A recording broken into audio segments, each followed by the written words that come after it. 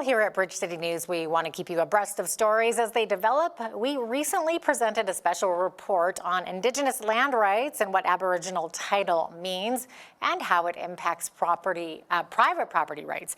So one of our guests was Queen's University law professor Bruce Pardy, who enlightened us about the legalities of the issue and how it was intended to protect those rights.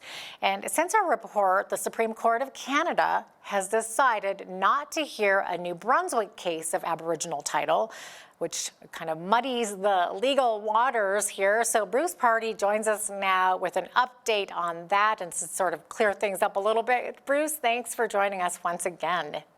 Hi, Jeanette. Thanks for having me. Absolutely. So in our special report, we talked about the Cowichan case where a BC Supreme Judge ruled that Aboriginal title is a prior and senior right to other property interests, which left landowners wondering if they actually own their land and property after all. But now a Supreme Court of Canada's decision in the New Brunswick case has made things a little hazy. So explain what happened here. Right. So things are already hazy, and what the Supreme Court had was a chance to take a case and clarify some things, but they chose not to. So this is a case out of New Brunswick. It's a little bit tangled, but to make it simple, there was a Aboriginal land claim over essentially the western half of the province. Yeah. And as defendants, they had named the Crown, the government, but also 7 private companies that owned much of the land in this area. And at a certain point, the companies moved to be released from the claim on the grounds that this is private land, you have no claim against us, we should not be part of this. And the strange thing was that the motion judge granted the motion and released the defendants from the claim, but at the same time said, oh, but also the claim against your land can continue. You can sue the Crown for return of that land, and if you're successful, the Crown might be ordered to use its expropriation powers to take the land from the private companies and hand it over. And so now the defendants were in this strange situation where they're out of the claim, but their land is still subject to the claim. And so they appealed to the New Brunswick Court of Appeal. And the Court of Appeal said, well, hold on. If the owners are not part of the claim, then you can't seek to claim that land. And so the Aboriginal group then applied to get leave to appeal to the Supreme Court of Canada. Now, you may have seen reports, your viewers may have seen reports saying that the Supreme Court has upheld a decision of the New Brunswick Court of Appeal. Okay, that is not what happened.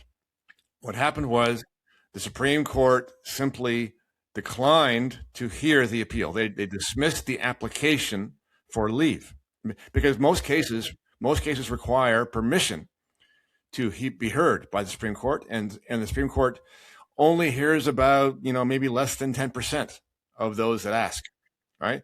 So the answer was no. So people are taking this refusal as an indication that the Supreme Court agrees with the New Brunswick Court of Appeal, but that's not what it means. What it means is we don't know, because the Supreme Court has said nothing, as is normal.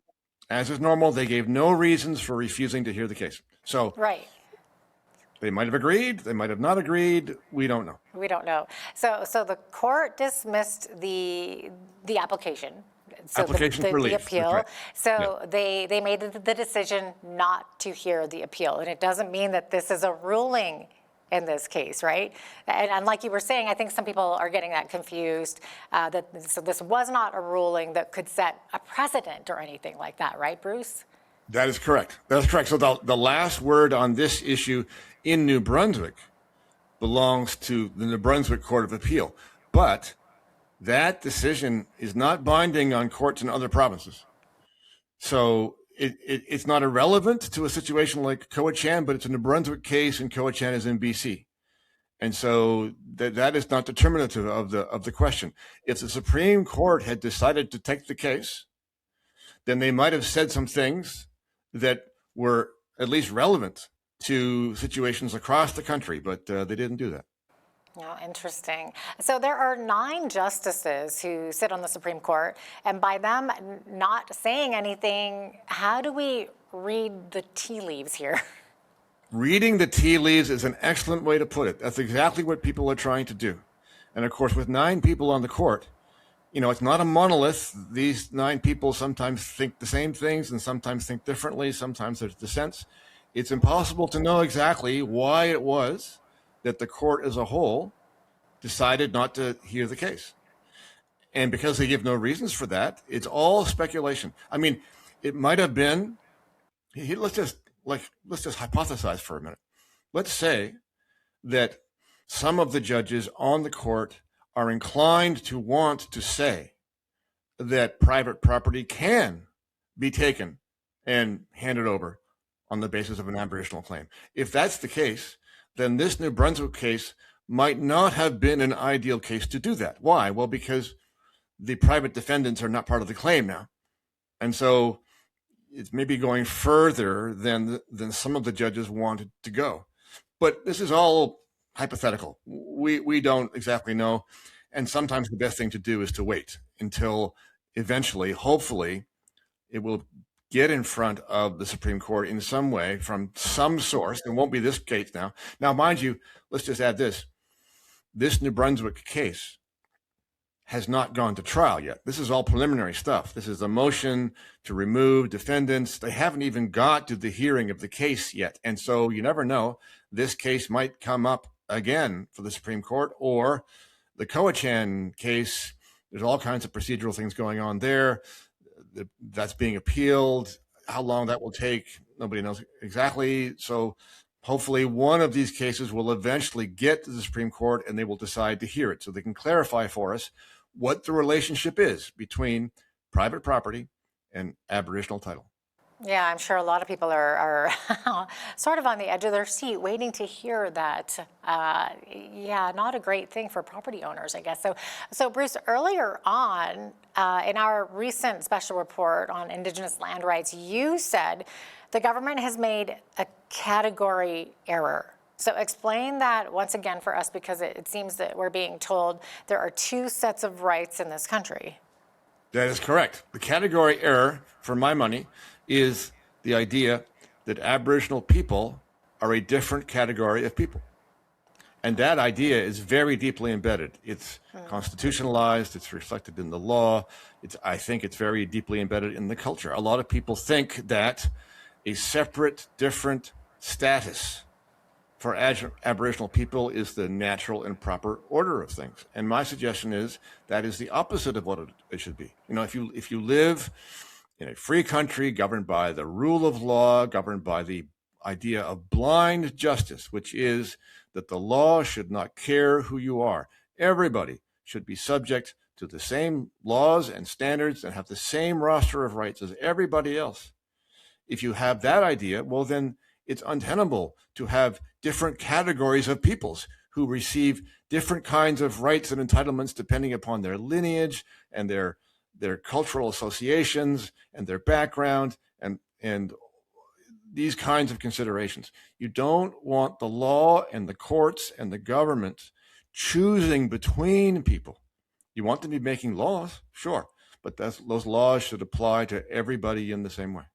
Mm-hmm. You think of Lady Justice with the blindfold over her eyes, right? Exactly. Yeah. That's exactly the thing. That Lady Justice with the blindfold is the personification of the idea of blind justice. When you make a decision, when the law is making rules, the idea is you don't look to see who people are. You make the rules and then you apply them with an even hand to everybody.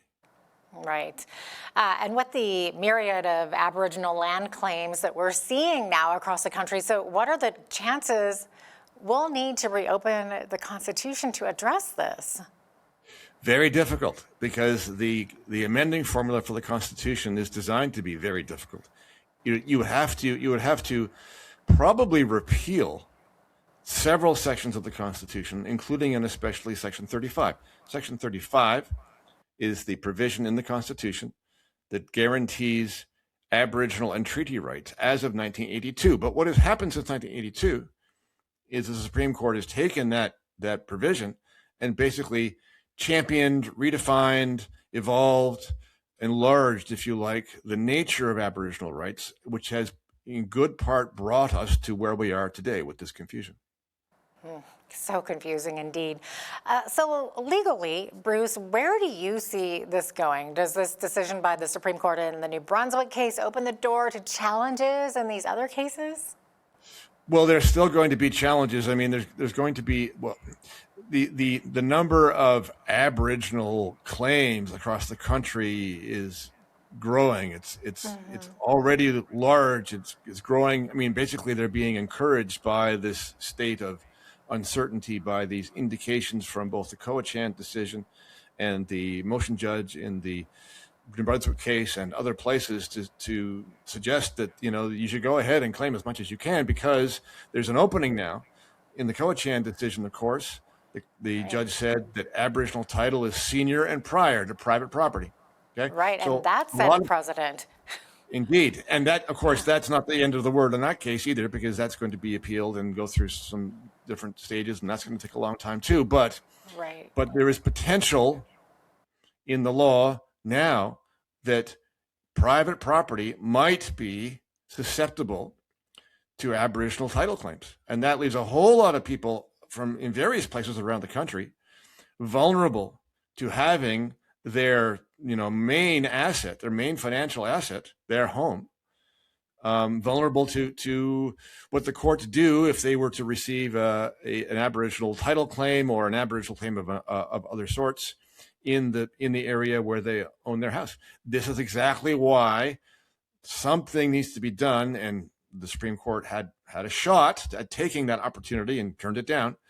But the thing is in a state of confusion that is acting to the detriment of the security and confidence in property rights. And as long as you have that, you have an unstable foundation for your society, for commercial system, for your economy. I mean, who's going to invest in a property or give a mortgage for it if they're not sure that what appears to be is actually the case? Yeah, that it could be taken from them someday, 100%. Bruce, thank you so much for coming back on and sharing your expertise with us. Oh, my pleasure. Thanks for having me. Great to see you. You as well. Bruce Pardy is a law professor at Queen's University and is also executive director of Rights Probe.